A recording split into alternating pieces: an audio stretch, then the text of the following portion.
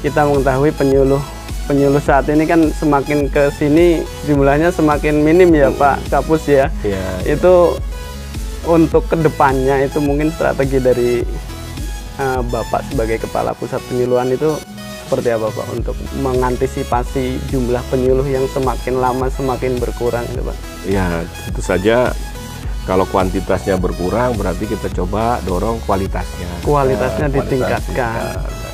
Beberapa kegiatan baik program kegiatan sudah dilakukan oleh Kementerian Pertanian dalam hal ini Badan Penyuluhan dan Pengembangan SDM Pertanian ya melalui kegiatan-kegiatan pelatihan. Terus juga kita berusaha untuk memberikan kegiatan-kegiatan kepada teman-teman kita penyuluh di lapangan baik melalui kegiatan yang dibiayai oleh APBN maupun kegiatan yang dibiayai oleh seperti sekarang ini dibiayai oleh SIMUK dari PDNP juga ya Pak PDNP ya. Supaya teman-teman itu ada toolnya untuk meningkatkan kompetensinya dan meningkatkan perannya baik dalam bentuk pendampingan, terus membangun sekolah lapang, membangun tempam dan templot dan lain-lain itu ya kita harapkan itu. Selamat datang di panggung penyuluhan Siniar Penyuluh Pertanian Kebumen. Sahabat Tani, pagi ini spesial sekali ini. Saya sedang bersama Bapak Kepala Pusat Penyuluhan Pertanian Kementerian Pertanian, Pak Bustanul Arifin Cahya MDM ya. Selamat pagi Pak Bustanul. Pagi semuanya. Ya. Perkenalkan sahabat Tani, sebelumnya saya sampaikan perkenalan saya dulu Pak Bustanul ya. Siap. Saya Nur Hadi Mustafa Pak. Ini bersama tim media penyuluh pertanian Kebumen. Kita itu punya konten namanya Panggung Penyuluhan Pak Kapus ya. Panggung Penyuluhan itu kita usahakan sudah berjalan 1 tahun lebih. Itu tayang setiap hari Jumat jam 5 pagi. Dan materinya itu materi-materi penyuluhan pertanian. Itu kita memang kupas tuntas tentang pertanian semua Pak. Jadi tujuannya emang Panggung Penyuluhan itu memanggungkan materi penyuluhan pertanian khususnya di Kabupaten Kebumen. Tapi kebetulan ini sahabat Tani saya lagi berada di Semarang dalam acara pemantauan dan evaluasi SIMURP ya Pak Kapus ya di Provinsi Jawa Tengah, dan ini ada narasumber menarik dan mohon maaf ini saya saya Sandra langsung didudukan di panggung penyuluhan karena beliau adalah bapaknya penyuluh seluruh Indonesia ya Pak ya. Kepala Pusat Penyuluhan Pertanian. Sapaan kita terhadap pemirsanya kita itu sahabat Tani Pak. Sahabat Tani ya. Monggo kalau mau disapa dulu sahabat Tani Pak. Assalamualaikum seluruh sahabat Tani yang setia mengikuti acara ini ya, yang diinisiasi oleh teman-teman kita dari Dinas Pertanian Kabupaten Kebumen, khususnya teman-teman penyuluh ya. Siap. Yang selalu berusaha menampilkan gagasan, ide, kreativitas dalam memperkuat peran dan fungsi penyuluhan. Semoga kita selalu sehat, sukses semua ya. Amin ya. Sebelumnya mohon maaf ya Pak, saya minta waktunya sebentar. Kita ngobrol ringan aja terkait penyuluhan kita di Indonesia lah ya. Kita mengetahui penyuluh saat ini kan semakin ke sini jumlahnya semakin minim ya Pak Kapus ya.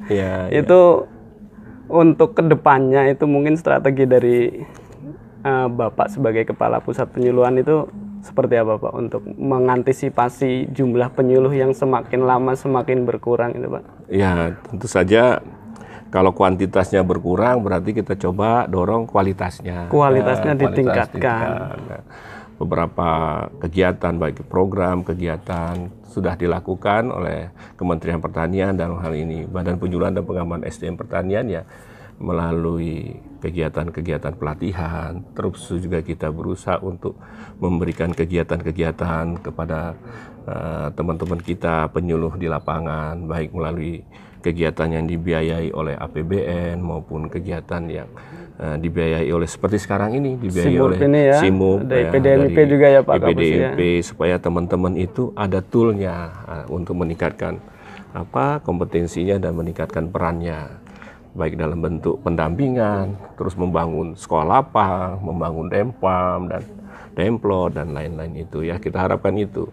Tentu saja kita berusaha juga kan, termasuk Pak Menteri kemarin kan mencoba untuk mengangkat semua THLT BPP menjadi P3K.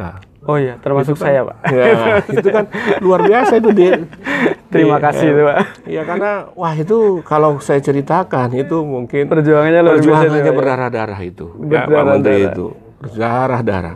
Tidak hanya meyakinkan Menpan dan juga meyakinkan Kementerian Keuangan bahwa kita butuh P3K. Tenaga itu. ya. Iya, sekarang coba berebutkan kementerian yang lain, kementerian lain baru mulai kan untuk P3K. Karena P3K itu juga ASN juga mempunyai peran dan fungsi yang luar biasa sekarang ini.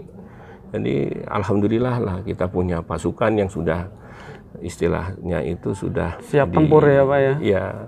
Sudah di stempel sebagai P3K ASN. Oh ya, ngomong-ngomong soal P3K ini, Bapak buka tentang P3K ini, kebetulan saya senasib ya. Senasib Pak. Saya dan teman-teman ini juga alumni THLT BPP Pak. Jadi P3K-nya Kebumen. Kalau P3K ini terkait dengan peraturan-peraturan ini kan ada otonomi daerah macam-macam. Kadang ini tafsiran P3K itu di daerah memang berbeda-beda Pak. Dilihat dari apa persamaan tentang jabatan fungsional, kemudian ada belum lagi sampai kita lari ke TPP tunjangan yang di daerah itu masing-masing daerah belum punya tafsiran yang sama Pak. Jadi memang mungkin karena kita eksperimen ya Pak. Jadi pertama gitu loh. Jadi mungkin barangkali ada upaya penekanan dari pusat supaya biar pemahaman tentang P3K bahwa P3K ini memang sudah fungsional penyuluh gitu loh Pak. Betul. Itu kita mohon maaf ya, di Kebumen sendiri belum dianggap sebagai fungsional penyuluh pertanian gitu Pak. Ya memang kita pemahaman ataupun menyampaikan hal tersebut memang harus terus kita lakukan di pemahaman, termasuk juga pusat memberikan pemahaman itu.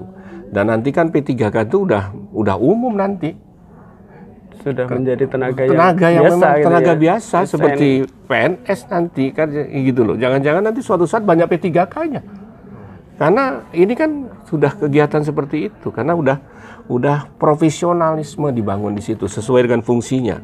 Diangkat P3K itu karena udah clear fungsinya sebagai penyuluh. Gitu, Jadi tidak perlu ada pelantikan khusus bahwa ini dilantik menjadi penyuluh gitu ya. Udah kompeten kan. Nggak seperti PNS gitu ya Pak. Kalau PNS kan pertama ada CPNS gitu ya. Udah kompeten. Sudah kompeten sahabatannya ya.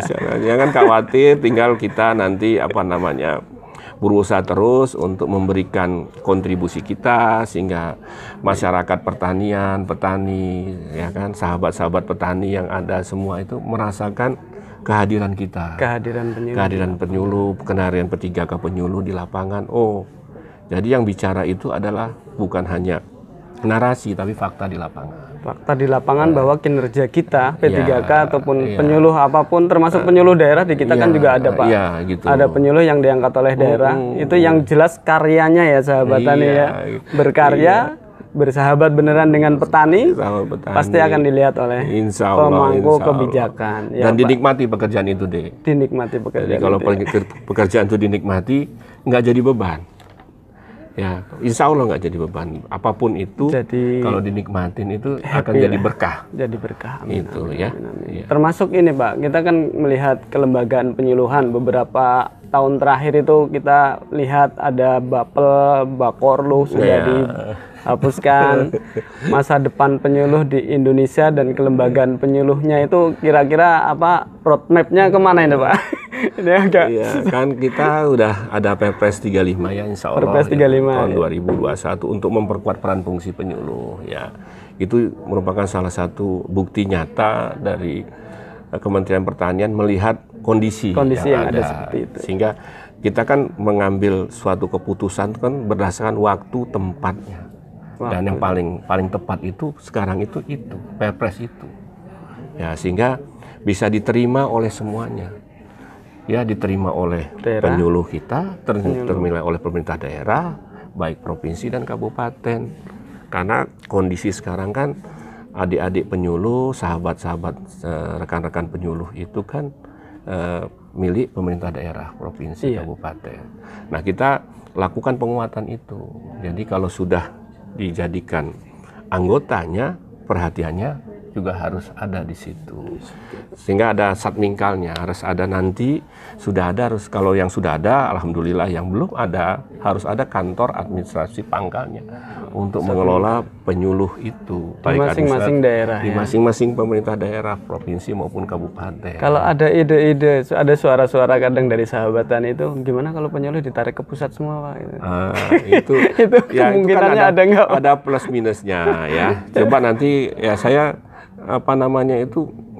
kondisi-kondisi seperti itu kalau itu dilakukan dengan kondisi sekarang seperti apa, ya kan? Karena kondisi sekarang itu kan era otonomi daerah. Otonomi daerah ya. Memberikan kepercayaan terhadap daerah untuk melakukan kegiatan pembangunan. Nah, kalau kita seperti itu lagi, istilahnya tuh sudah nanti kembali lagi sentralisasi lagi, padahal niatnya desentralisasi. Jadi maksudnya bisa itu jadi mungkin komunikasinya jadi kurang baik lagi ke daerah teman-teman coba nanti kan ya ada plus minusnya lah. Ada jadi misalnya minusnya. Kalau jadi pusat tapi kok nggak dianggap misalnya gitu. Di daerah malah nggak dianggap. Ya, kalau ini kan memang anaknya daerah. Iya. Ya kan sekarang kondisi anaknya daerah. Semua ada baiknya. Ada baik posisinya. Insya Allah lah semuanya itu dengan berjalan waktu, dan yang penting ini berikan bukti nyata kita di kondisi seperti ini. Pusat yakinkan bahwa pemerintah pusat, provinsi, kabupaten itu sangat membutuhkan penyuluh. Kalau itu selesai itu. Kalau membutuhkan penyuluh. Siapapun butuh, pasti dimanapun, dicari itu. Siapapun induk penyuluhnya itu pasti akan digunakan ya Pak ya. Kalau sesuatu yang dibutuhkan tuh dicari nanti. Sesuatu yang dibutuhkan. Jadi sahabat tani, penyuluh-penyuluh se-Indonesia ya, jadilah penyuluh yang dibutuhkan. Insya Allah saya yakin ya teman-teman penyuluh-penyuluh di lapangan itu sangat dibutuhkan oleh petani kita. Insya Allah. Tidak hanya penyuluh P3K, penyuluh yang PNS, penyuluh swadaya juga ya dibutuhkan oleh masyarakat kita. Mereka butuh penguatan, ya petani kita butuh penguatan, butuh inovasi, teknologi pertanian, ya. Untuk pendampingan juga supaya sama-samalah kita membangun pertanian kita lebih baik ya. Kita jangan lihat kekurangan kita itu jadikan tantangan. Ya, kalau kita cari kekurangan terus, nggak selesai. Sampai kapanpun, sampai kita nutup mata, sampai saya nggak jadi kapus terus.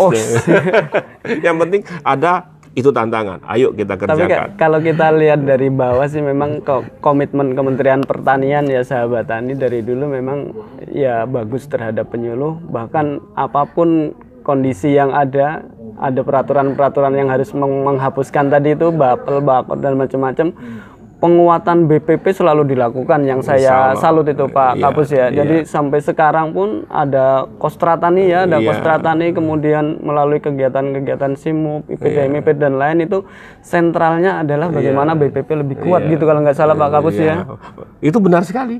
Jadi tolong ya penyuluh-penyuluh yang ada di lapangan, kuatkan BPP kita ya. Kelembagaan kuat, tidak didukung oleh ketenagaan yang kuat. Kalau ketenagaannya saja kuat, kalau kelembagaannya kuat, kan sayang sekali. Ya, harus kelembagaannya kuat, ketenagaannya kuat, bangun BPP kita. Tapi BPP kita, kalau saya lihat naik kelasnya luar biasa. Dengan adanya IT itu juga nggak terbayangkan, Pak. Sekarang itu semuanya bisa tahu informasi yang teman-teman penyuluh. Informasinya, pengetahuannya hampir sama orang pusat. Karena udah nggak ada gap lagi apa yang dikatakan orang pusat tersampaikan langsung kayak sekarang ini kan. Iya Pak, dan dinikmati semua. Dulu nggak terbayangkan sebelum pandemi, ayo. Informasi itu harus WA ke siapa, mana dong bahannya. Prosesnya informasi minta. Kalau sekarang apapun itu, hari itu juga, menit itu juga, bahan bisa diakses. Langsung dari sumber informannya ya. Jadi nggak ada bias informasi sampai ke bawah ya. Kan? Jadi dulu untuk mendatangkan orang akademik yang level tertinggi sampai ini kan harus butuh waktu dan juga terbatas orang bisa mendengar. Betul. Oke. Ya, terima kasih Pak Kapus semuanya. Oke, sahabat tani, ini pelajaran sangat berharga. Pesannya buat kita sebagai penyuluh, tetap semangat, tetap menjadi sesuatu yang dibutuhkan untuk atasan kita, Pemda, termasuk yang terpenting untuk petani-petani kita seluruh Indonesia. Amin. Oke. Petani Indonesia berjaya, sejahtera, dan bahagia. Penyuluh pertanian Kebumen aktif, kreatif, inovatif. Saya Nur Hadi Mustafa, terima kasih. Terima kasih Pak Kapus. Sama-sama. Assalamualaikum warahmatullahi wabarakatuh. Waalaikumsalam warahmatullahi wabarakatuh.